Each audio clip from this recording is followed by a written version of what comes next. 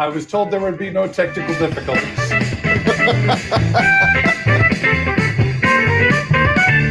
It's time for leadership and laughs with Pete and Brian.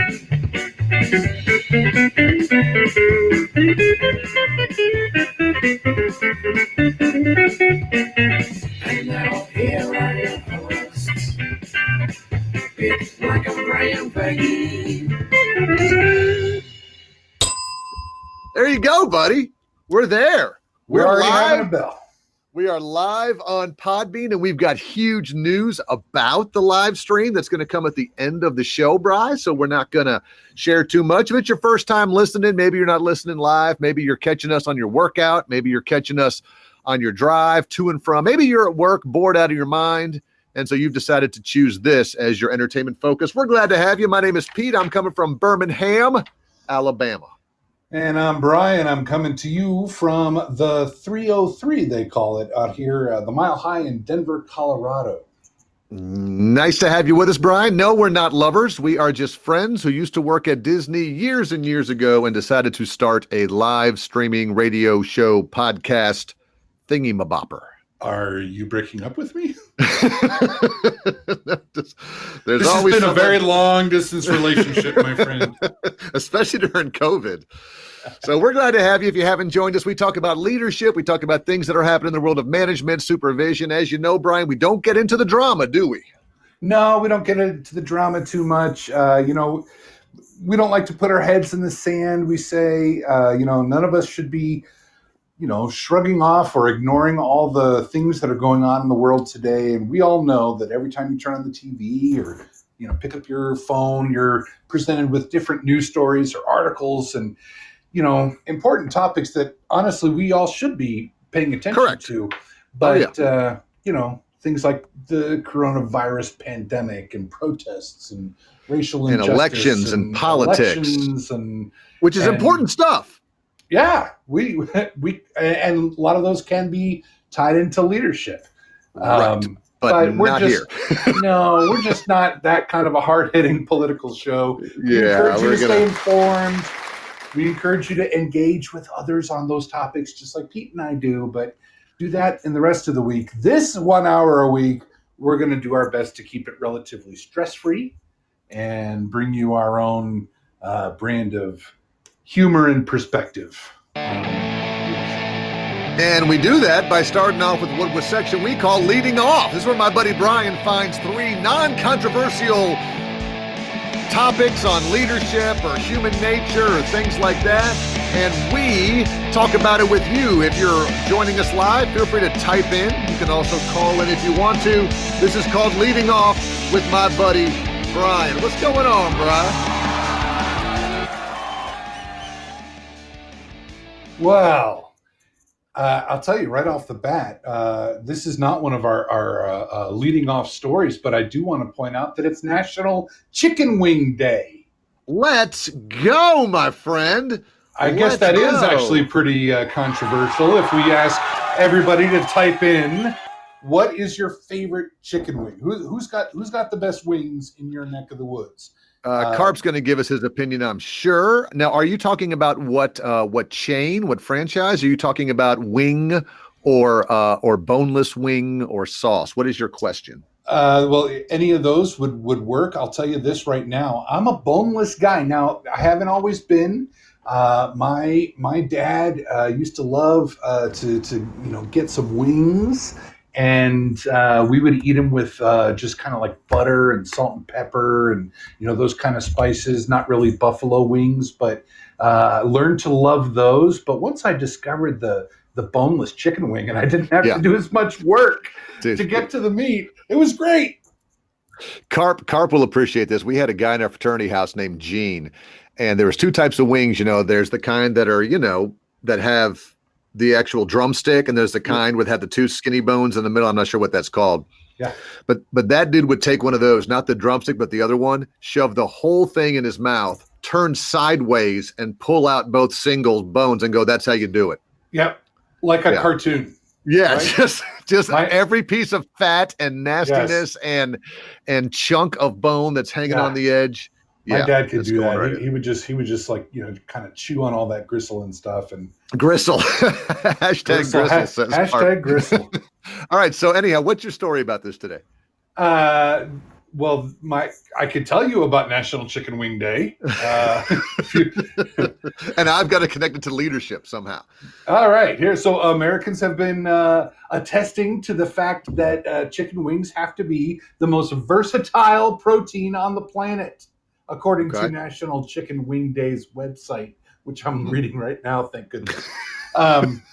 All right, let's play an early version of Over Under. We'll go closest to the pin here. All right, let's do it. Americans have been attesting to gobbling up wings by the boatload. More than how many chicken wings have been eaten just during the year 2013, which is the last time. Oh, this is a very up-to-date website. They're doing great work so far. All right, so in 2013, how many wings were eaten? How many chicken wings were eaten? Am I assuming that it's in the millions? You can assume way higher than that.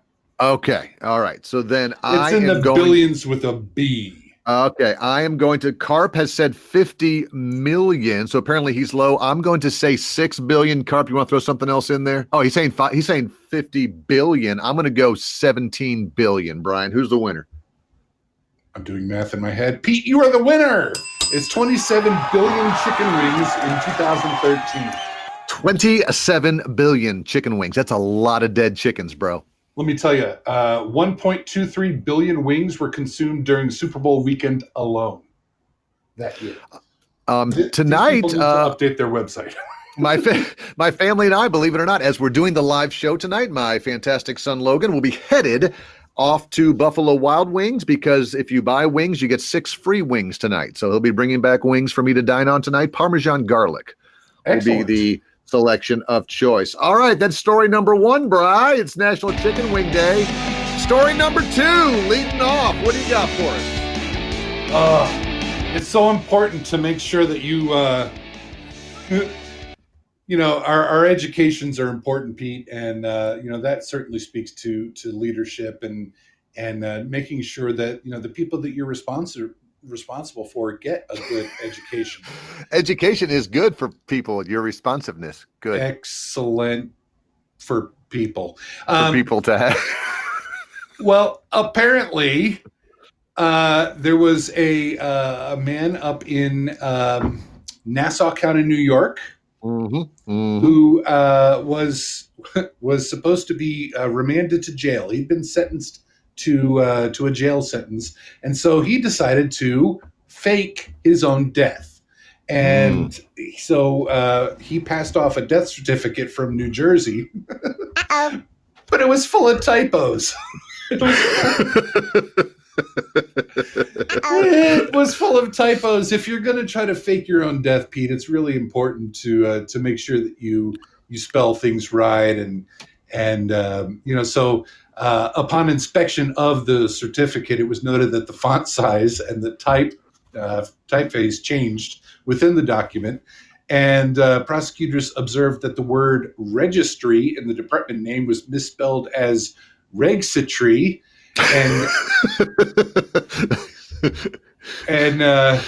So he's that guy got rounded up and he's in jail. Submitting fake documents to prosecutors, always a bad idea. Hey, I mean, you and I talk all the time about how good is criminal. These criminals are so stupid. I really think, if I wanted to fake my death, or if I wanted to do some, major damage or harm or rob from a bank, I'm telling you, I could do it good. I'm telling you, you and I, we would be so good at this if we chose to go down. You would do it well? I would. I would do it goodly.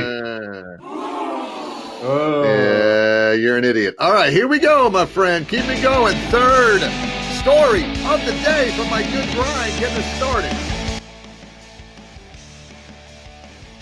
All right, let's talk about the lucky residents of the International Space Station. Oh, yeah, we just had some folks meet them up there, I believe. Our good astronaut friends. Amen.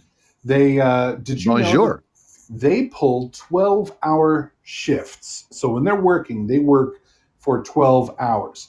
However, 2.5 hours of that is gym time in the gym, Yeah, keep their bodies fit, and six and absolutely. a half hours of lab work among other duties. They also sleep eight You said hours. duties. That's good on the button there. How long? Uh, I'm sorry. How long were their duties? they had long duties. Okay, I'm sorry. Go ahead. We're still 14, everybody. As is So carp. All right, go yeah, ahead. so they get to sleep for 8 hours, which leaves another 4 hours in the day for goofing off in zero gravity, and this is by design. Okay. So if the timing's right, they can call home to catch up. They tend to gather together and watch their alma maters play football when there is a football season to be had. No doubt. Um, and NASA also sends up things like guitars and keyboards and a saxophone, a chess set, which is outfitted with Velcro to keep the pieces from floating Pieces away. down. I never. The first astronauts who took a chess set up there came back and goes, "Dude, guys, we've got to fix it." Yeah. Do we have any Velcro? Just want to Come let on. you know we made a huge error. But NASA says that staying entertained is vital because when you're on these long space flights, boredom can be dangerous. And honestly, NASA senior operational psychologist James Picano says it leads to performance errors. So, not only does playtime up in space keep operations smooth, but it has a psychological effect on the astronauts as well. So, Sure. and this is the way we're tying this to leadership. It's the old work hard, play hard adage. No doubt. I'll also add that. And Carp says they don't use their iPhones; they use their Samsung Galaxy phones. Nice. Well played there, Carp. There was just an article out today, and we're having this problem. It's not really a problem; it's an opportunity in our location of forcing people to take vacation. Mhm. Daniel Pink just came out and talked about how you need to make sure that you have your people. He's a motivational author. Make them take vacation because everyone's working remotely, so there's no reason to take vacation. You can't go anywhere, Bri. You can't fly anywhere. Why am I taking my time? But I'm not going to take a vacation and just sit at home, so I might as well work through it. I think the same thing holds true with what you're saying in the astronauts. They need time to have that downtime to goof off and have fun, or they're going to mess up along the way. And as you know, in space, no one can hear you scream. Wow! If you're aware of that. No, it's true. I got Yep. one more. If you want one more, you want a bonus? Holy moly! Bonus leading off. Let me give you the music. Yes. This is called bed music in the industry, my friend. Bed music. It's making me tired. Probably created by some Hollywood executive. Get it? Bed music. Okay. Yeah. Okay. Well, Sorry. Pete, I wonder if you or any of our listeners got to see the video of Dr. Anthony Fauci throw out the first pitch of the 2020 baseball season. I did, and I want to be very careful to where you're going with this because I have thoughts, but I'm going to wait and be professional as I always am. Go. This is a much lighthearted topic than Dr. Fauci's usually involved in.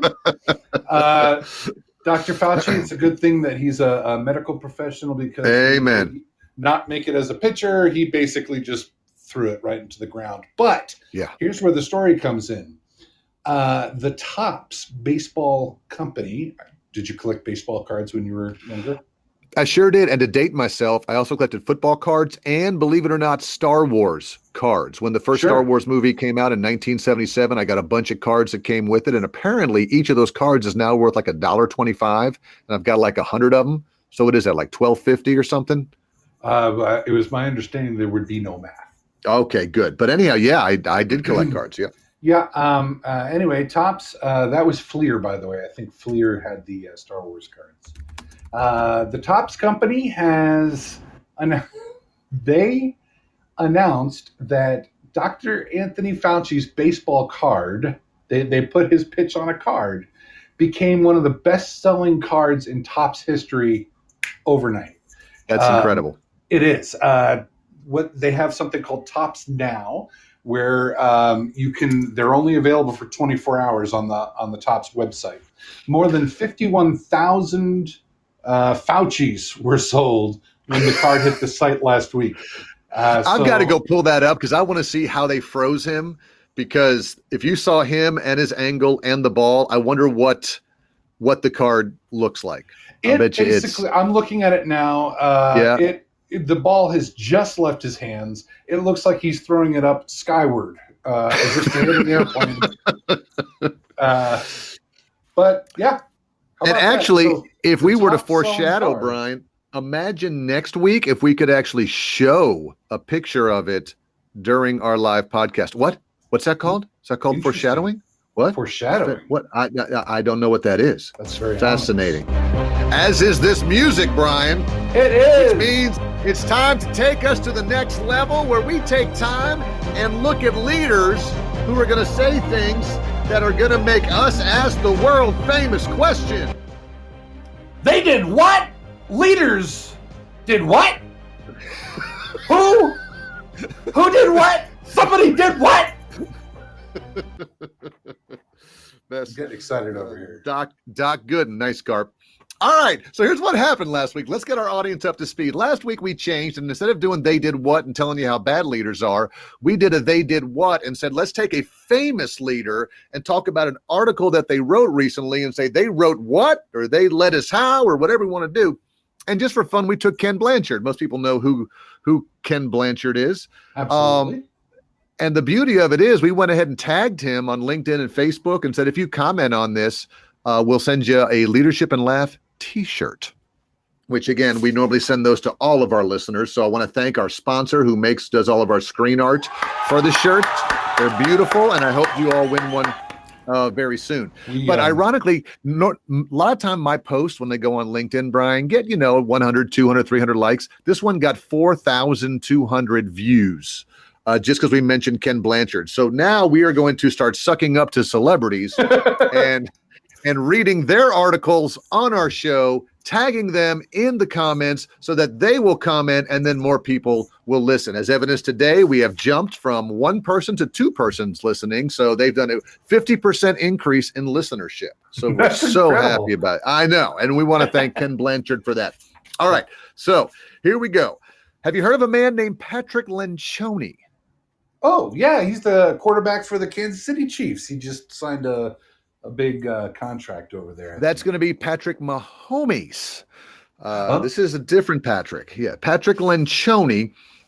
He writes 5 Dysfunctions of a Team. He's a motivational speaker. He's a leadership guru. And he shared an article just recently, Brian, called 3 Thoughts for Leaders in a Perilous Time. Would you call this a perilous time? I would, as evidenced by our conversation at the top of the show. Touche. So he says, here's 3 simple recommendations for leaders, Brian. So I want to pass these on to our audience today. If you're listening live, you can text in and give us your thoughts on these. Brian, I want to hear your thoughts on these. And he offers 3 simple recommendations for being a leader in this perilous time. Number 1, be exceedingly human. Be exceedingly human. Here's what he says. He says you should demonstrate your concern for the very real fears and anxieties that your people are experiencing, not only professionally, but economically, socially, and personally. And contrary to conventional wisdom, you should not be hesitant to share your own concerns with your people. Now, that's interesting, Bri, because as leaders and managers and supervisors, we're all taught there's certain things you should share and work with your direct reports, your team members. There's certain things you shouldn't share. We're not going to talk about religion. We're not going to talk about politics. We're not going to talk about abortion. And a lot of times we're also going to say we're not going to talk about things that are in the news or things that might make people uncomfortable. And he's flipping that whole script right now and saying, if there's ever time to talk about why people are unhappy or unnerved or unsettled or their finances are bad or their spouse lost their job or something like that, now is the time to, as a leader, now is the time to be more human than you have been in the past. What are your thoughts on that? I agree with Patrick. That's, I mean, it's one of those things that I feel like we should have been doing all along, but yes, absolutely. Now in these times, more than ever, we need to be human and understand that, just the situations have changed. Right. I've got somebody on my team who was confiding in me that they're, they have young children and they're really, really concerned about, school starting and, sending their kids to school, but at the same time, don't get as much done at work when the kids are around, and they're responsible for that online learning for young kids. And it's just, it's a different type of conversation than we've had to have with employees in the past. Right. And in the past, leadership or management would say things like, hey, suck it up. Everybody's got to go through school. And hey, suck it up. Everybody has issues. And so what, you're a single parent. I was a single parent. Or so what, you're. And now, again, what Patrick's saying is, and again, you and I tend to agree with this, is the human aspect needs to be part of your relationship skills. In fact, Karp says he loves being human. You got to go from real estate to relationships. Again, it's not just the transaction of selling a house these days. You have to know, what are the people going through? What's their financial status? Are they worried about a job in the future? So, I mean, building relationships with people, very, very important. So that's number one, buddy. Be exceedingly human. Number two, be persistent. Here's what Patrick says about this. This is not a time to hold back. He says, send people updates and regular communication, even if there's not a lot of new information. And I say this all the time, so I think he stole it from me. He says, because I'm sure he has, no one will look back at this time and say, my manager was so annoying with all the encouraging emails checking in on me. When people are isolated, over-communication is more important than ever. I talk a lot about over-communication, and I always talk about very few people come back and say, man, you shared too much. Man, you said thank you too many times. Man, you asked about me. Stop it. Now, there are some people who want to come to work, do their job, and go home, but a majority of people want to be checked on, want to be known that you care about them. So be persistent in sharing positive messages with them. What do you think about that, Brian? I think it's so important to keep the employee morale up. And you talked about, building rapport and building those relationships with, communication. We live in a time right now where, the news cycle has gone down to what, 30 minutes, and so much it's just so fast. And it is important to be consistent with your consistent and persistent with your communications.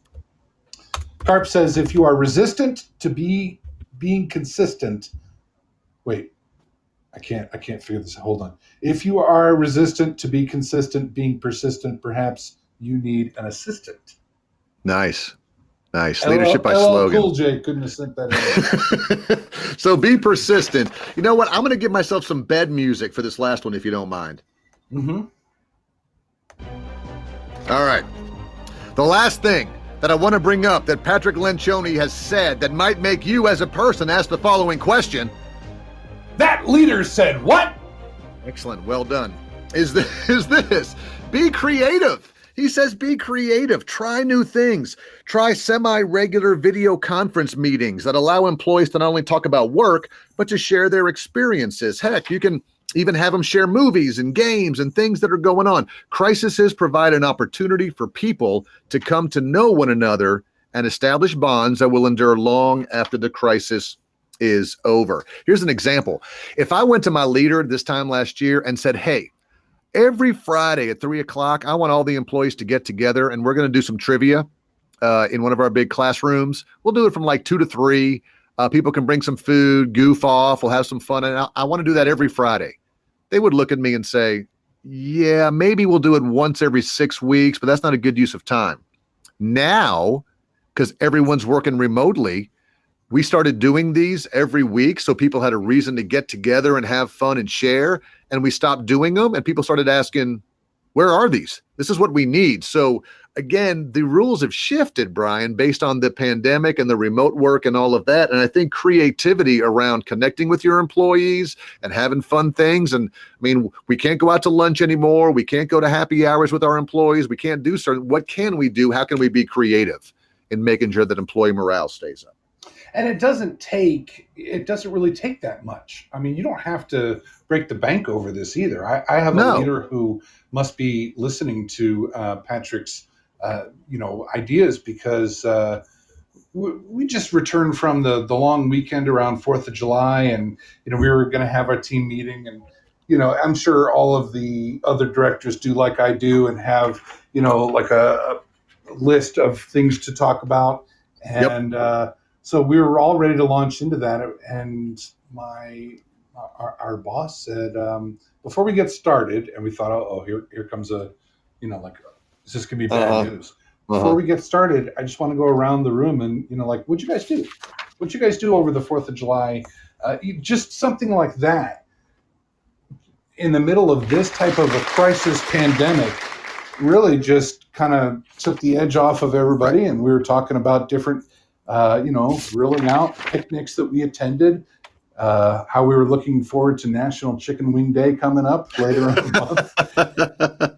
Yeah, it's stuff like that. It's stuff like that makes the difference. So again, Patrick, if you're listening or if one of your cohorts is listening, be exceedingly human, be persistent, be creative. If you comment in the comments on LinkedIn or Facebook, Patrick, we will send you a complimentary Leadership and Laughs t-shirt. We don't actually have those, by the way.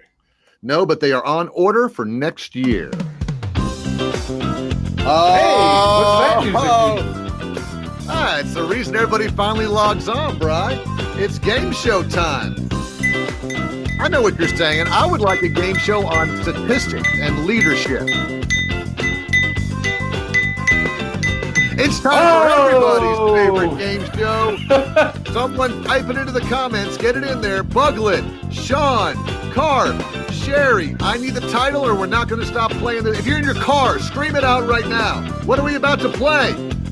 What are we about to play? Somebody type it in. It's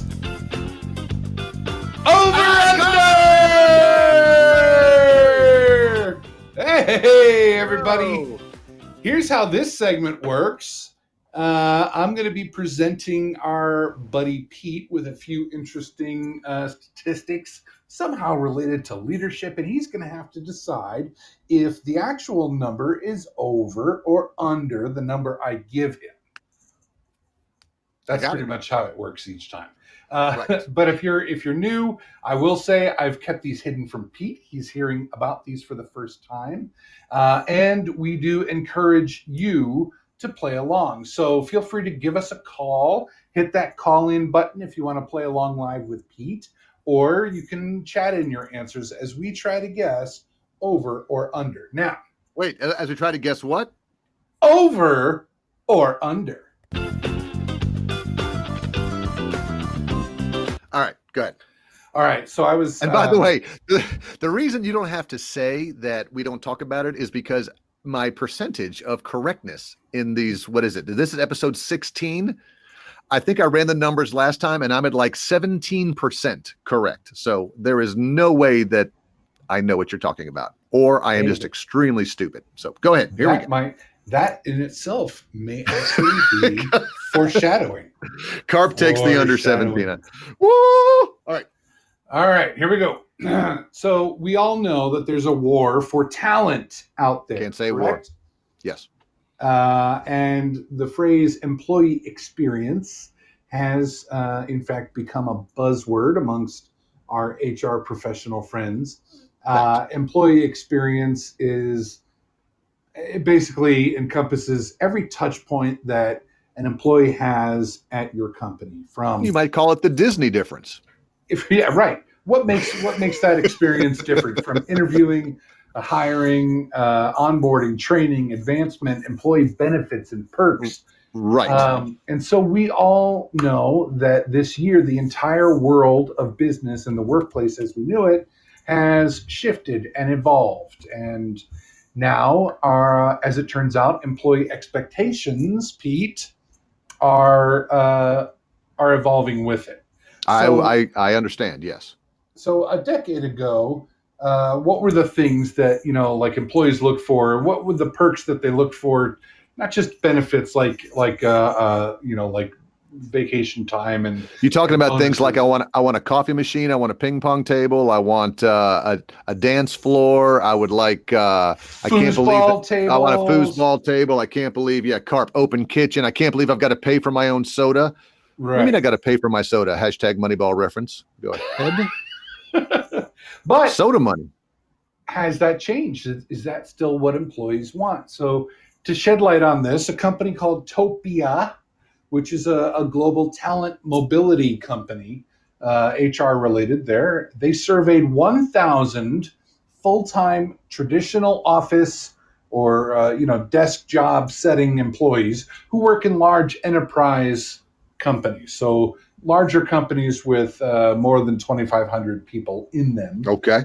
And they asked all kinds of questions about the employee experience. And there was so much good data in here that I think we're actually going to do a series on this one research project. But today, we're going to be talking about what makes a great employee experience.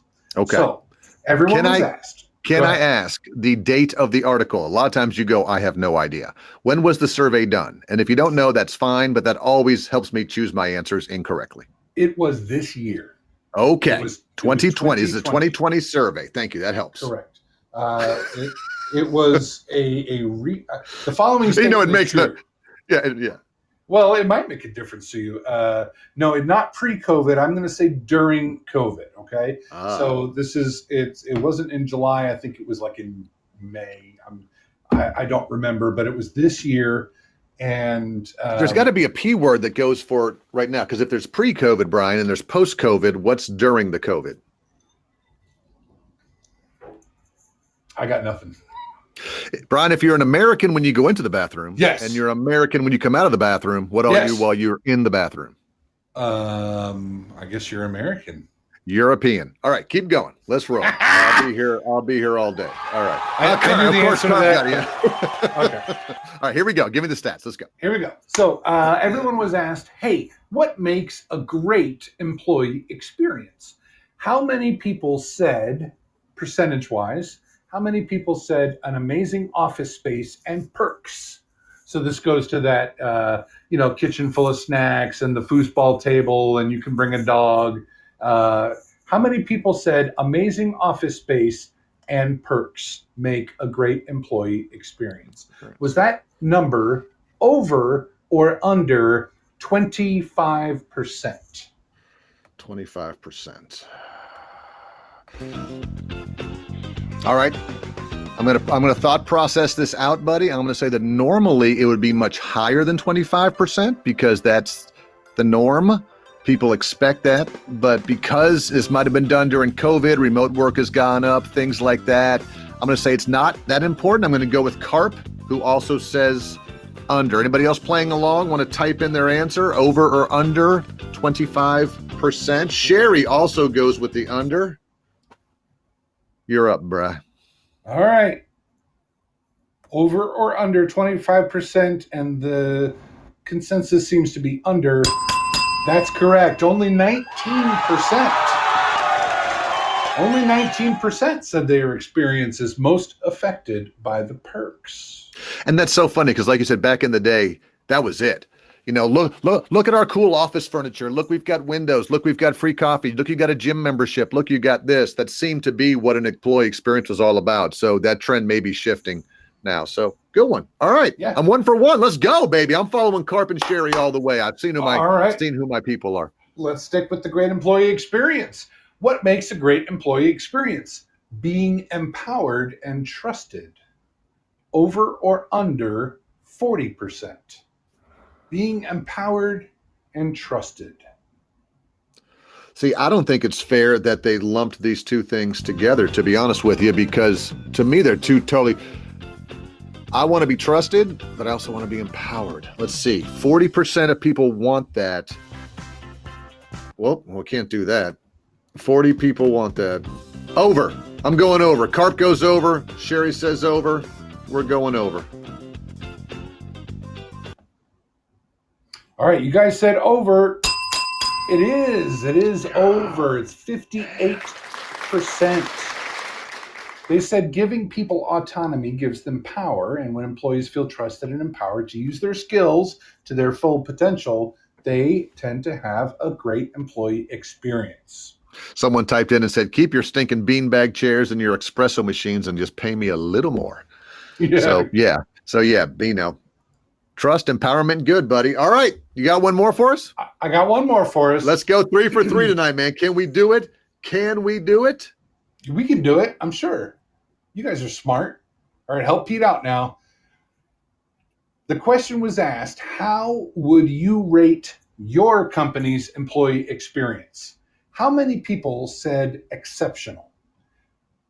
They said that their employee experience at their own company was, quote, exceptional. Was it over or under 20%?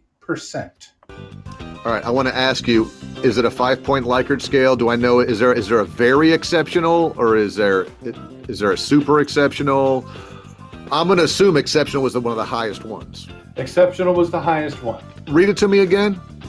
How would you rate your company's employee experience? How many said exceptional? The highest one. I'm gonna assume Likert here. Yeah, all right. I think you and I feel cool when we say words like Likert scale. Is that a 5-point Likert, or are you doing a 4-point on the Likert over there? Probably 5. Is that 5? Pool or a pond? Both good. Pond probably good for you. All right, buddy. Carp says under. Sherry says under. I'm going with under. Lay it on me. Let's do 100%. Let's go. You got 100%. The answer, unfortunately, is under. And it was 17%. So 17% of people said that their employee experience is exceptional. And here's where this whole thing kind of pivots, and it's interesting. Predictably, pivot.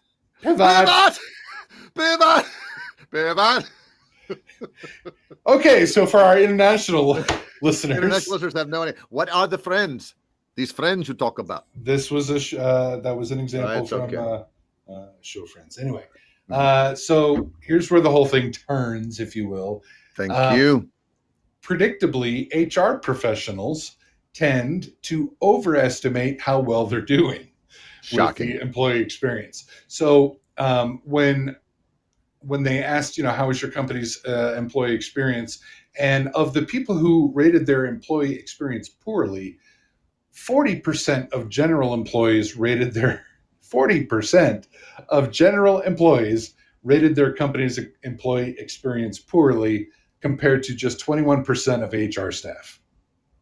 Sure, HR thinks we're doing a great job. Right. And the employees think differently. I think Carp is right when he said, you're always looking at what someone else has. So even if you've got a good experience and someone goes, hey, are you going to work Monday? And you're like, yeah, why aren't you? No, I'm off for Columbus Day. You're like, well, we don't have off Columbus Day. My place sucks. So I mean, you're always looking at whatever somebody else has and trying to sort of raise that bar. But you're right. HR needs to take a real good look at itself, because we always assume the employees are, just as happy as, Brian, we've worked in HR for so long, you tend to become a little bit jaded. When you hear employees that say, we need this, or we need more recognition, you're like, oh my word, we gave you, and you tend to be jaded about all this stuff. So, hey, those were 3 good ones. I'm glad we ended up, man, with, what was that? 100%, that was buddy. 100%. That was fantastic. Hey, guess what time it is? I think it's time for the Daily Disney. This music is not sanctioned by the Walt Disney Company nor any affiliate of the Disney organization, but it does remind you of the good old days of the Magic Kingdom. Brian, remember we used to walk into Disney for free and just walk down Main Street. Those were the days. We could just have lunch. You just look at the end of Main Street, there's a show going on. There's Mickey and Minnie dancing. You're like, man, could my life get any better than working in Walt Disney World? There may have been, what was the show that had the colored smoke from the airplanes in the sky? That would be. You know what I'm talking about?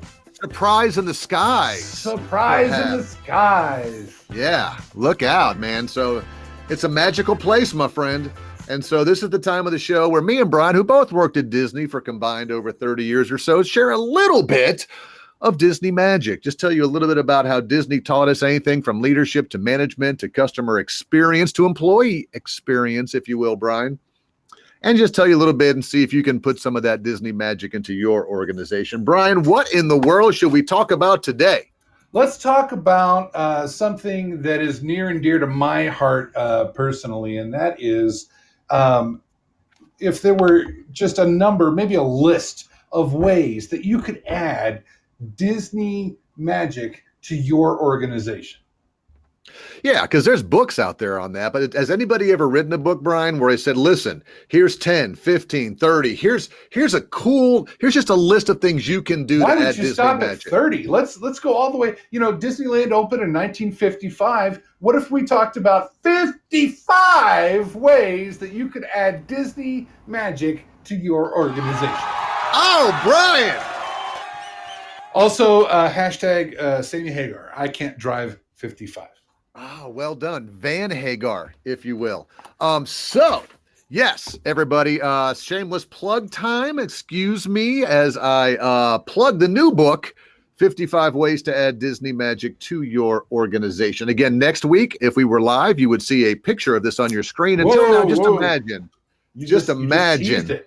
Just imagine my good friend Brian, who's also a graphic designer, has created the most magical cover you could ever imagine for a book called 55 Ways to Add Disney Magic to Your Organization. Now, Brian, I wrote this book. It comes out on Amazon.com on Monday. If you're interested, Monday, August 1st is our release date. And I've got 4 different sections in here, Brian. Can I go over them real quick with you? Yeah, let's talk about how it's structured. It's structured in 4 different sections. It's the magic of leadership, the magic of the employees, the magic of the customer experience, and the magic of successful business processes. So we do everything from leaders have to take care of the employees then take care of the customers, and when the customers come back again and again, it's due to your successful business processes. So there's about 15 chapters or so in each of those, equals out to 55, and we have a really good time with that. Carp says, congrats. I appreciate it, buddy. And so what I want to share with you today, Brian, is just one of the tips. It's one of my favorites because we're talking leadership, that you can learn about this in the book. And it's chapter 4, Brian, harness the power of cross-utilization. Harness the power of cross-utilization. And we've talked about this prior on the show. So Brian, tell me real quick about what cross-utilization is from a leadership point of view. Pete and I were leaders in the Disney organization, and we worked in learning and development over there. And so we didn't get a lot of, time in the parks, in what they would call on-stage roles. So from time to time, during especially busy time periods, they would ask managers to come out and to work in the parks and resorts as part of a cross-utilization process and fill in some gaps. And it was great. It was a neat opportunity for me to actually get some time in front of guests. Absolutely. And the cool thing about this was it served multiple purposes, Brian. Number one, it helped to fill a need during the busy time. Correct. So, number two, the cast members who we were working with side by side saw all the volunteer managers who were helping make their job easier and appreciated that. They liked to see the supervisors in suits, if you will, show up and throw on a costume and help out. And number three, it kept us grounded to the main reason we were there. Sometimes when you work in backstage areas of your organization, you forget the reason why you're there is to put the magic out for everybody. So one of the things we learned, and I try to share this in my full-time role in local government, and you should see people roll their eyes, Brian, when I tell people who work like in the Department of Revenue, and their job is to do driver's license and tags and titles. And I tell the supervisors and even the directors, I say, hey, one day a year, twice a year, you got to go take a shift on the window. You ought to go out there. And they look at me like I've got 3 heads. Oh, God, no. I used to do that. They're like, I don't ever want to do that again. Yeah, I've done my time. I'm not ever going to go out there again. That's for them to do. And, there's people who are listening to our podcast, Brian, who are probably working managers. So, for example, I go to a local oil change place, and the owner manager wears the same costume, if you will, wears the same thing that, they wear. So he's got a big name tag that says manager. So that's not what I'm talking about. I'm talking about like if you're a restaurant manager, yes, you can go out and wait tables, but put on the same costume, the same uniform that they're doing. Get out there and get involved with the people. Go out and do some of the jobs. And I'm telling you, it will pay dividends to you and to your organization. From a morale perspective, you'll learn more about the operation, and your employees will trust you. Will trust you more. Yeah, we've got a it's not local to Denver. They're all over the country. A a Southern fried chicken restaurant. All right. That sells chicken fillets, if you will. And our owner operator here that we have in our neighborhood actually does that. He wears the you pull up to the drive-through. Your order might be getting taken by a high school kid who's there making minimum wage or whatever they pay there at this. That will be $7.25 in some states and $15 in others. Chicken fillet restaurant, Yes. or your order might be getting, but might be taken by. It might be getting. It might your be. Order Your order might be getting taken by the owner of that franchise, and you wouldn't really know unless you know, which of course I do because I'm the mayor of that restaurant. And let me tell you why I think that this hits true with some people. I think we just have some old school leaders who are, again, even in police and fire. Hey, why don't you go take a patrol shift? No way. I'm a captain now. I've done my time in patrol. Why would I go do that now? I want to stay back here and shuffle paperwork and tell people what to do. I had somebody today emailed me who got an advanced copy of the book, and they said, hey, I've only started reading it, but it looks good so far. I've already doggy-eared page 8. So out of curiosity, I went and looked at page 8. Page 8 is cross-utilization, is the importance of supervisors getting out there and taking shifts. So again, we like to have fun on this show. We like to have laughs, but we also want to make you a better leader. And if you can take a frontline shift every now and then, it's going to add value. It's going to make you a more well-rounded person. You're going to get more data, and it's going to make your whole organization better. We worked for one of the greatest leaders back in our early career there at Disney, who took me aside one time and she said, that would be Diana. Or is it the other one? It's the other. Now, I'm not saying Diana wasn't a great leader. I'm talking about our good friend Lisa, if we're naming names. But yes, hashtag not a sponsor. Hashtag not a sponsor. Took me over on the side when I first started working for her, and she said, don't ever say it's not my job. That's what Carp just wrote. Yep. She had just come from a meeting where, you talk about just grinding to a halt. A meeting is when you're asking for help or trying to partner with someone else on the team or a different team, and they go, it's not my job. Right. Not my area, not my section. Nope. Someone else got to do it. Get out there and do that. So that is your daily Disney for the day. And with that, Brian, you know what that means. What does that mean, Pete? It brings us back to the end of the show, man. We had a successful show. We did some leading off. We did some Patrick Lencioni.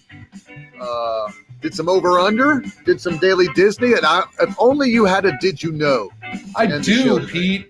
And it goes back to our employee experience conversation during over-under earlier. We talked about how Office Perks no longer top the charts as a way to create an exceptional employee experience. But did you know?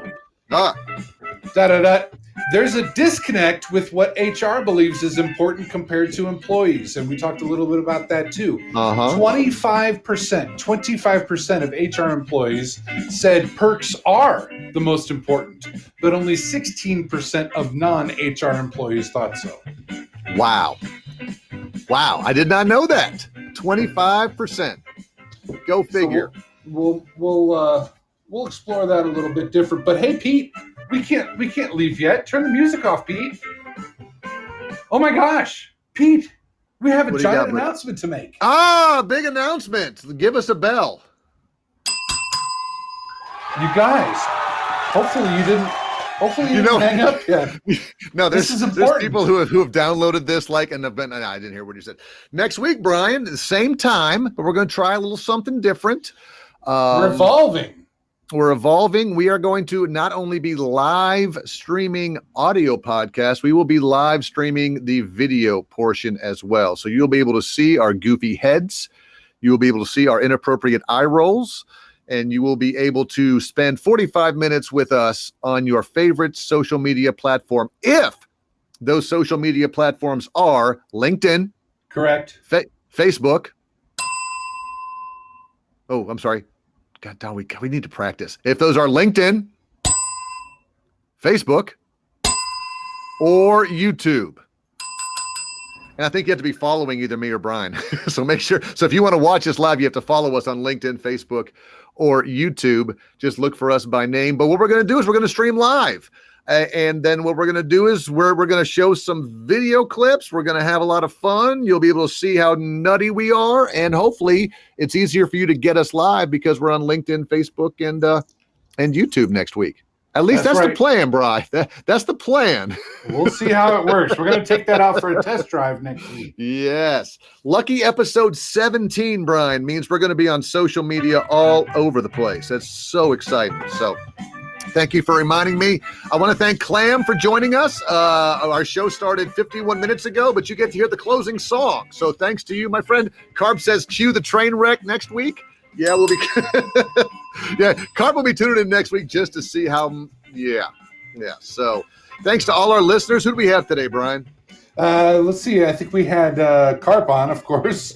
Thank you, Carp, for being part of the show today. We Thanks did for being our have third Clam. We had Sherry, Smoking Hot Yes. Sherry. We had, I believe we had Buglet on today. Buglet was on for a while. We had the Honig House. Ah, yes. Of all the houses, they are my favorite. They're one of my favorite houses. Thank them for listening tonight. Same time next week, American time. Another airplane reference. Carp closing us with they knew what they were getting. I say let them crash.